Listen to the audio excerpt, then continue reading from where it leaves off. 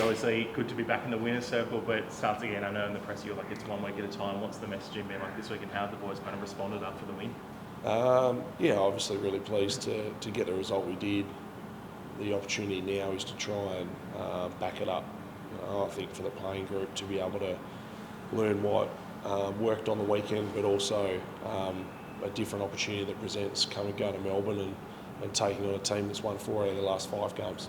Lewis Melican obviously won't be available for the next few games. How does that change your thinking in terms of team lineup? Obviously we saw both Joel and Aaron forward and that worked well on the weekend, but is it more likely we might see one of them drop back to account for Lewis, or do you think you'll bring someone else in? Yeah, we'll talk about that after training today, but the options we have ahead of the ball to be able to go back. Obviously Joel played a fair bit of time there at the start of the season with both Nick and Tom and Dane and the like, so that's certainly probably an option that we certainly have to look at, and the other one is Aaron's also done the same, so the ability to work out what our back line looks like, and then we'll adjust the forward line according to that. I know there's a couple of guys, younger guys who have been clear about sort of your Will Edwards, Patrick Snells. Are they any chance of being coming into consideration, or probably not this week? No, not quite yet. Will Edwards, we've got to work through a little bit with. He pulled up a little bit sore from the weekend, so that's unfortunate. And then Patrick will be a little bit to get used to playing VFL. He spent a fair bit of time out injured as well, so we've got to get him going. How nice was it to see a forward line that obviously Hayden was up there as well, but Joel and Aaron, and kind of reviewing that this week, what they were able to do, how they were kind of able to disrupt the Giants and really prosper so far? Yeah, it was really pleasing. I think one thing that they did really well is they executed the role, and that was about trying to nullify their strengths, which they've got a phenomenal backline, GWS, and if like any team, we want to try and take strengths away from the opposition, but on top of that is allow us to play to our strengths. And Joel and Aaron perform really well, and they're really strong intercepting defenders, so they play a little bit different than normal forwards do, and they're defenders, so they went and defended their defenders. I think some of the champion data stats about sort of speed of ball movement have come out sort of saying that the 3 wins that you guys have had this year have actually been some of your slower ball movement games, whereas the times you've tried to move it fast is when you haven't quite been able to get the wins. Is that something you've looked at all, or is that kind of a little bit of an anomaly? No, something you certainly look at is when are you most potent. On top of that is where you get the ball, where you win the ball back, how you do it, whether it's from a contest, intercept, mark, free kick, which is already in slow play, so how you build the ball up from that, and then also whereabouts on the ground you can do it. And I say to the players, just they've got to play what they see. There's so many decisions out on the football field they have to do that they've got to make them at the right time, and there's going to be errors doing that, but there's no one distinct mode we want to use. Taylor Adams obviously probably has to get through today, but how is he tracking to potentially be available? Yeah, he trained fully on the weekend. We opted not to play VFL for him last week in a restricted time frame, so he'll get through training today and then be available, whether that's with us or he needs one VFL game. He's spent a fair bit of time out, so we'll assess and talk about that. Logan McDonald, I think we saw that he will go sort of under the knife, get some surgery on that ankle. I mean, what sort of time frame have you been given for him, or is it just about seeing how the surgery goes and making a decision after that? Yeah, the exact time frame we won't know until post-surgery. Very similar to Errol in that regard of we'll get more clarification once that happens, but as soon as you're having surgery, it's not a 2 or 4 week injury. So, we've got to support Logan. It's the best thing for him to get back playing his best football. So that's the sole focus of the surgery and why we're going down that path. Are you hopeful we will see him at some point this year, or is it sort of kind of just disappointing that these injuries have kind of compounded at probably the worst times? Yeah, I think you're always hopeful.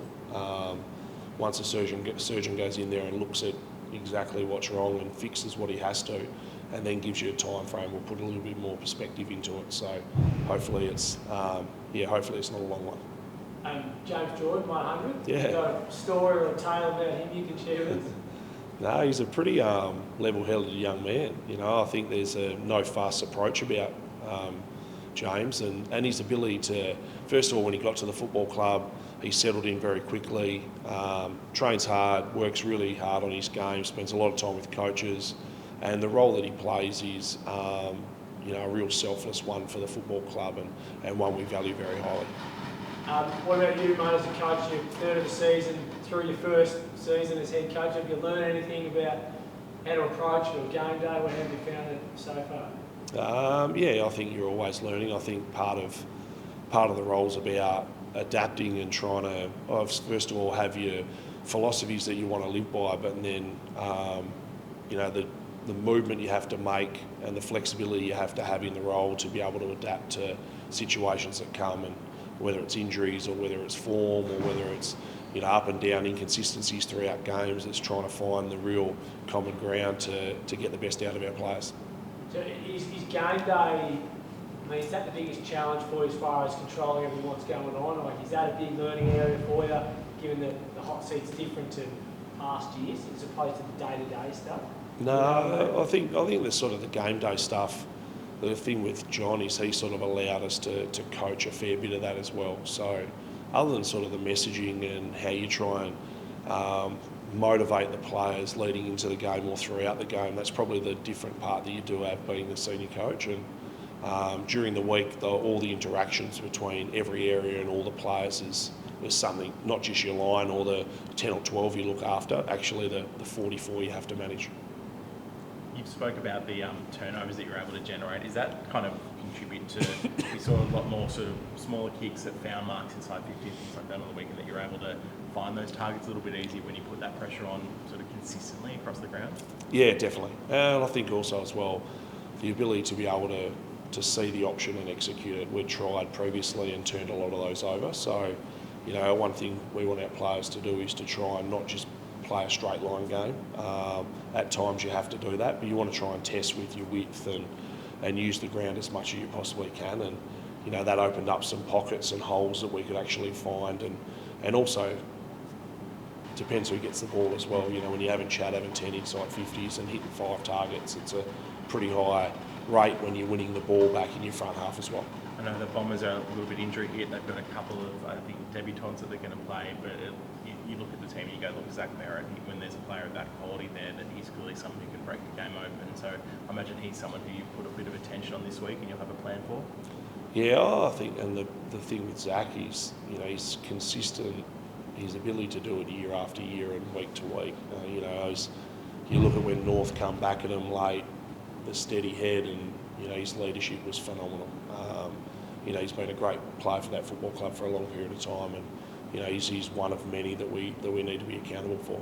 And Cal Mills is obviously sort of tracking well. Is there a hope that he'll be available for the Carlton game next week?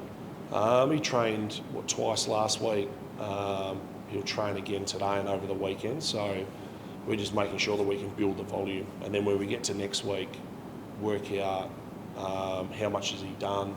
What does he need to do? Is it another bigger session, or is it an ability to be able to play a game of some sort? So, I think one thing we've learned over the period is that if you plan exact dates of when they're coming back, it becomes really tough. We just try and look at every week what he does, how much has he done, what does he need to improve on, and we'll do the same again. As a coach, was it nice to be there at training on Tuesday and just see a few of the boys starting to come back, kicking balls, like less of them on the sidelines? That must be a bit of a relief for you. Yeah, it is. I think, like any coach, you want your best players playing. Now is to see Errol back running now on the ground without any assistance. So, so that's good to see. We still, I look at that for a part, but then certainly understand that the group that I have to manage as well is the 25, 30, 35 that are actually available, and getting them playing their best footy with the hope these guys can get back as quickly as possible. Can you take us into Errol and how his recovery is going? Obviously, he's the sort of guy who's not going to leave no stone unturned. Yeah. I imagine he'll be pushing, like if there's a 5 to 7 week time frame, he'll be thinking 4. Yeah, and that's what the best players do. I think the way that Errol prepares, he leaves nothing to chance, and that's why he's such a great footballer. And he's done the same all the way through the rehab process. He's been on the physio's back. How quickly can I push it? If it gets a little bit sore, I've got to rest, but then I want to build as quickly as I possibly can. So, yeah, he's He's an unbelievable preparer, and he'll get back as quick as he can. Has he been doing just like heap of upper body stuff? Like his touch is okay? Is he doing that sort of stuff? What can you do football-wise to stay in? Yeah, they do a fair bit of that. The ability to be able to have a facility that you can come and do as much touch as you possibly can. There was non-weight bearing at the start, but he still was out there. I think the ability to be able to sit in meetings and interact with leadership staff and sit on the bench, and so he's actually broadening. I think when players get injured, one thing you can't fall is you can still develop as a footballer, just not on the football field. So Errol's been a perfect example that he can still learn everything and what he needs to do to improve his game without playing.